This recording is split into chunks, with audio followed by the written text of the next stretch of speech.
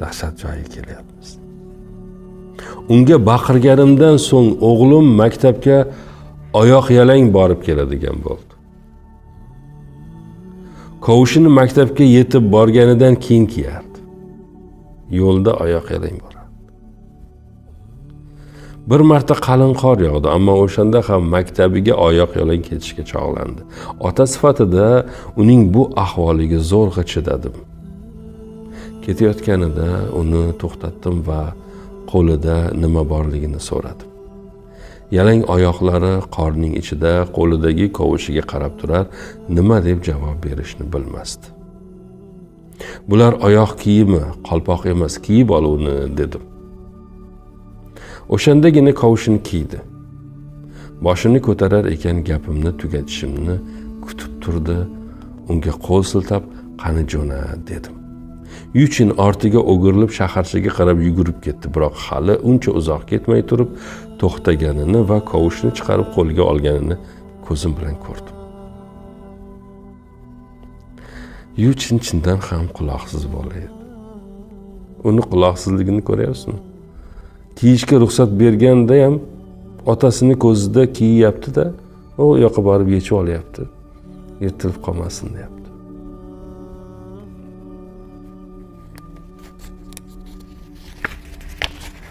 $25 kilometr masofani har kuni yuradi, har kuni. Yana bitta shunaqa sahna bor asarda, temir eritish uchun joy qidirishadi. O'tin yoqib joy qidirishadi, bir uyni tanlashadi, bir uyni joyini yoqib yuborish kerak. Ya'ni eritish uchun maydon kerak. Nega urush bo'lyapti? Alyumin eritib berish kerak. U temirdan, erigan temirdan olib borib u nima bomba yasashadi boshqa. Qishloqda butun hammani qozon tovog'ini boshqasini yig'ib olgan. Uyda temir qolmagan. Hammanikini yig'ib olishgan. Endi bir uyni yoqmoqchi, joy kerak ularga. Bu yerda endi uyni yoqish olmayapti. Keyin bittasi maslahat qiladi, uni yog' to'kib yoqinglar. Yog' to'ksa yonadi. Taxminan 100 metrdan kamroq masofada turib, rais va yordamchilarining sifatli yog'ni qamish bostirilgan tomga to'kishini kuzatdim. O'sha yog' bizning nasibamiz edi. Endilikda ularning qo'lida chang to'zon va tutunga aralashib ketish arafasida turardi. Biz ovqat pishirish uchun ishlatadigan yog'dan ular tomni yoqib yuborish uchun foydalanayotgan edilar.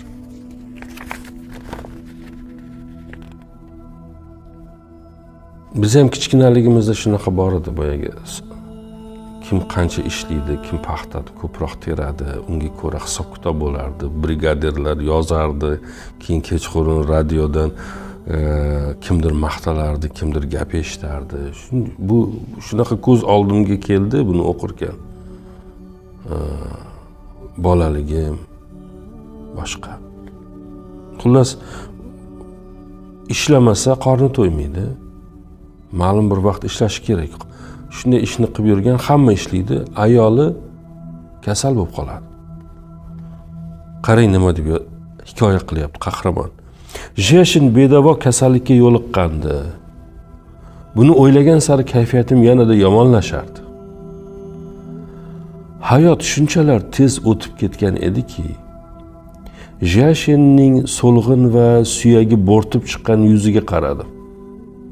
Turmush qurganimizdan beri uning biror marta ham baxtni his etishiga imkon yaratib bermaganimni o'ylab kuyundim. Jeshin esa xursand ko'rinardi. Davosi yo'q ekanligi yaxshi bo'ldi derdi. Aks holda davolash uchun pulni qayerdan topgan bo'lardik? Ya'ni men bir kasal bo'ldim. Naqadar yaxshi, uni bir davosi yo'q ekan. Agar davosi bo'lsa edi, uni davosini qilish uchun bizda pulga ehtiyojimiz bo'lardi. Buning davosi yo'q. Demak, bizda pulga ham ehtiyojimiz yo'q. Va bundan u baxtli edi. Men bir umr baxtli qila olmaganim, baxt bera olmaganim ayolim kasalini dardi bedavo ekanligidan baxtli edi. Dardi bo'lsa, agar davosi bo'lsa edi, demak biz yana qiyin ahvolga qolardik. Ya'ni shifokor boshqa.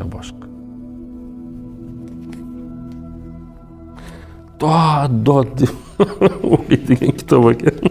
Voydod deb o'qiydi. Xullas, bir kuni o'sha kasal ayol shaharga ketadi va kechqurun guruch olib keladi. Hammadan berkitishadi, chunki butun qishloq guruch qidiryapti. Hech kimni uyida tutun chiqmaganiga ancha vaqt bo'lgan. Odamlar tomirlarni qidirib topib yeyishni boshlagan bir payt. Guruch olib keladi, aytadiki, otam berdi deydi. Otasi shaharda yashaydigan boylardan-ku, otam berdi deydi. Keyin ma'lum bo'ladi, tilanchilik qilgan bo'ladi. So'rasa bo'ladi otasidan, tamommi? U g'urur yo'l qo'ymaydi. Tilamchilik qiladi, ammo biridan, hatto o'zini otasidan ham yordam so'ramaydi. Chunki hayot hammaga birday qiyinchilik olib kelgan bir paytlar. Ammo buni aytmaydi. Otam berdi deydi. Nega? Ayni paytida eri ham uni tilanchilik qilganini bilsa, qanchalik yerga urilishini ham ayni paytda hisob kitobini oladi. Bitta qiziq sahna bor. Ular u guruchni yarmini olib qo'yib, yarmini pishirishadi. Uydan tutun chiqqanini ko'rib, eshikni taqillatishadi. Jim ochmang. Tasavvur qilyapsizmi? Bunchigina guruch pishirilyapti, uni 4 kishi yeyish kerak. Necha kundan beri och qolganlardan hech narsa yemagan, uxlamagan. Hozir uni yeyishmoqchi va uxlashmoqchi. Uxlay olish uchun qorin to'yish kerak. Eshik taqillayapti. Ichkaridasizlar, bilib turibman, tutun chiqyapti, nima pishiryapsizlar deb qishloqdagilar tahdid qilyapti. Ochmagandan keyin borib qishloqda raisini boshlab kelishadi. Raisning ovozini eshitgandan keyin har narsani bekitib eshikni ochishadi. Bu orada boyagi guruchni yeb bo'lishgan. Ammo kirishi bilan odamlar uyni yemak qidirib ketadi. Ular nimadir pishirdi deb rais keyin ularni haydab chiqaradi. Ular ketgandan keyin aytadi, bilaman guruch pishirib sizlar hidi kelib turibdi. Lütfen ozgina menga beringlar. Juda ahvolim yomon deydi. Keyin boyagi ayoli qo'ynida bekitgan guruchdan yarmini olib qo'ydi. Ozgina beradi, uzr deydi, ko'p bera olmaymiz, chunki men bolalarim bor. Tilanchilik qilib kelgan guruch.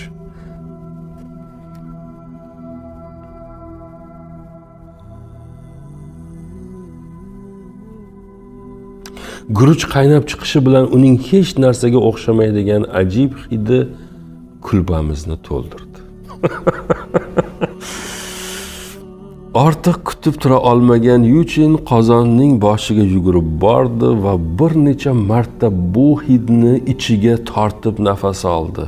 Ajoyib deb takrorladi u.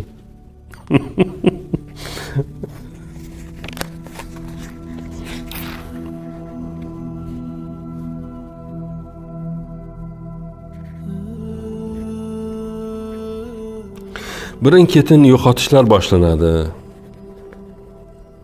Oilada. Hammasini aytishni istamayapman. Qanday yo'qotishlar, nima yo'qotishlar, o'z topib o'qiysiz asarni. Chunki men o'qib his qilganimni siz ham his qilishingizni istayapman. Yo'qotarkan o'g'lini bir maktabni direktoriga qon beraman deb direktorni boyagi kasal bo'lib qolganini eshitib, butun maktab o'quvchilari qon berish uchun boradi. Bunaqa bir voqea bor. Hech kimni qoni tushmaydi, buni o'g'lini qoni tushadi. Direktorni asrab qolish kerak. Qon olishni boshlaydi. Bular direktorga qon berayotganidan xursand.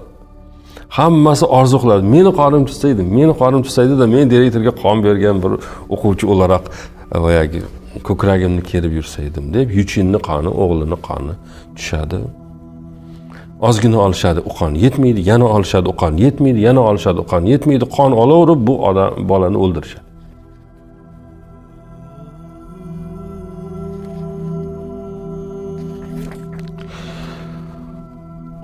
Qo'llarim bilan ustiga tuproq tortdim deydi qahramon. Ona xotiniga olib bormasdan, aytmasdan xotini kasal yotibdi, ko'tara olmaydi deb o'g'lini o'zi otasi bilan onasini ko'mgan joyga, qabristonga olib borib ko'myapti yarim tunda.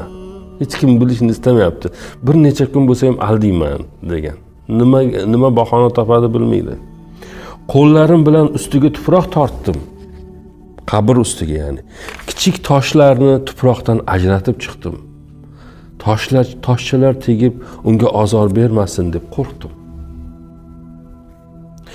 Bu o'ylayotgan boshidagi qimorboz, hech kimni bir tinga olmagan, fahshlik ichida yurgan, dunyoda o'zidan boshqa hech kimni tanimaydigan juda katta boy. Endi bir kun keldi, tuproqdan toshlarni ajratib chiqyapti. Joni uzilgan bolamni jismiga botmasin bu deb. Ya'ni tamom.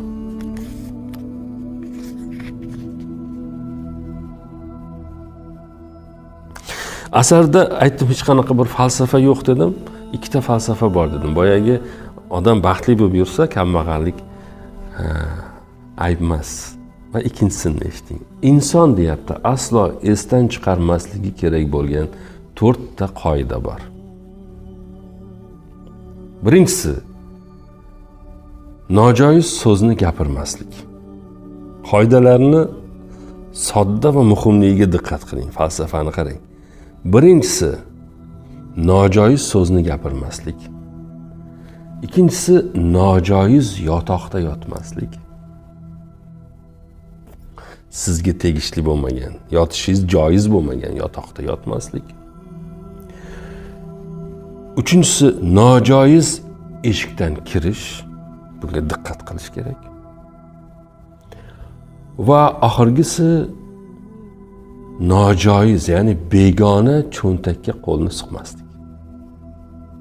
Sanaymiz, estimizda qolish uchun. Nojoiz gapni gapirmaslik, nojoiz yotoqda yotmaslik, nojoiz eshikdan kirmaslik, nojoiz cho'ntakka qo'l suqmaslik. Bu mana ikkinchi falsafasi. Bundan boshqa har narsa hech kim bu yerda aqllilik qilmaydi. Bu yerda hech bir aqlli odam yo'q, lekin hayotni yashayotganlar bor. Qarasangiz o'zingizni ko'rasiz, atrofingizni ko'rasiz. Siz bu asarni bir qahramoniga aylanasiz. Har bir so'z uchun joningizni berishni, har holatni tuzatishni istaysiz. Mingta choralarni qahramon bilan birga qidirasiz. Lekin topa olmaysiz. Gohida umidlar keladi, ammo so'ng yana. Qizini turmushga beradi. Qizini turmushga berishni o'zi bir nima. Chunki eshitmaydi. Gapirmaydi. Kuyovi haqida yozyapti. Fenxiya u qizi. Homilador bo'lgach xuddi erchi, ya'ni uni turmush o'rtog'i uni yanada ko'proq yaxshi ko'rib qolgandek tuyuldi menga. Yoz kelgach ularning uyi chivinga to'ldi. Uylarida pashshaxonasi ham yo'q edi. Qorong'u tushgach erchi Fenxiyani toza havoda o'tirsin degan maqsadda ostonaga chiqarar, o'zi bo'lsa chivinlar kelib meni chaqsin deb yotoqxonaga cho'zilardi. Uy ichidagi chivinlar nihoyat qon so'rishdan qoniqishgach Fenxiyaning uyiga kirib dam olishiga izn berardi. Uyda chivinlar bor. Yotgandan keyin talaydi, ayoli homilador.